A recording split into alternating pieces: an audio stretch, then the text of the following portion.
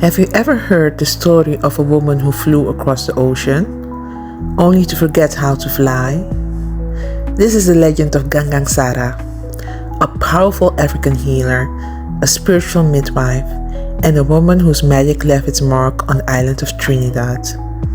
In the 18th century, during a violent storm, Sara was swept away by fierce winds and somehow ended up in a village called Locato on the island of Trinidad and Tobago.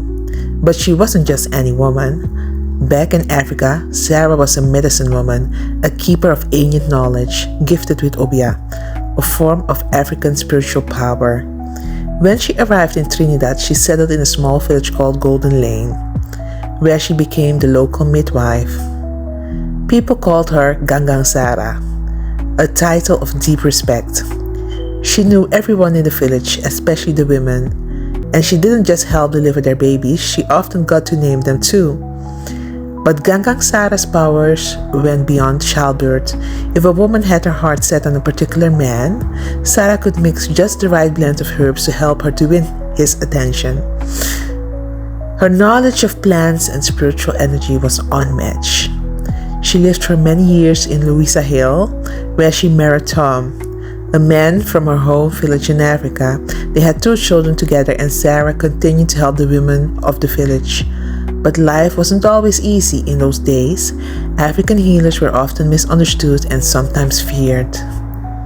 People accused Sara of being a witch, of using her powers for evil. Fed up with the accusations, one day she decided to return back to Africa from Trinidad, and that's when the legend takes a mysterious turn. According to what people say, Sara climbed the tallest kapok tree in Culloden, believing that from its highest branch she could fly back to Africa, just like she once had. But something had changed. When she jumped, she didn't soar. She fell and she died instantly.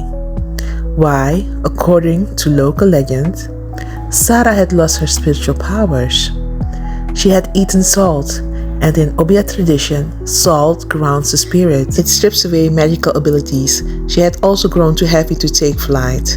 Some say she carried the weight of her grief for Tom on her heart, and that made her spirit heavy too. To this day, during the full moon, villagers in Golden Lane say that they hear strange cries and whispers on the wind. The restless spirit of Gangang Sara still searching for home, but eventually peace came.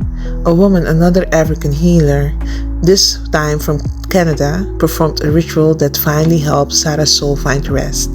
Now Gangang Sara lies buried next to her beloved Tom in the quiet cemetery of Golden Lane. She came from the winds, she healed the people, she tried to fly home, and now she sleeps beneath the soul of Trinidad. Subscribe for more untold legends and forgotten stories from around the world.